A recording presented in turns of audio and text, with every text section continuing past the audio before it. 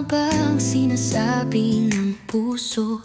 Naguguluhan kung ano ang dapat gawin, dahil hindi tugma ang isip at puso. Mahal mo ba talaga o pinapaniwala mo lang ang puso mo na mahal mo siya dahil nandyan siya? Ang saklap mo naman magmahal, para bang gumawa ka ng panakiputas para matigil ang nararamdaman mo sa kanya. Dahil alam mo, hindi kanya kailanman matatanggap. Nagkukunwari kang may mahal kang iba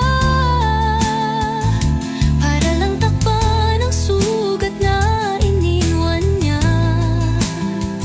Sa bawat ngiti mo may luha sa likod, sa bawat yakap puso mo'y nalulunod.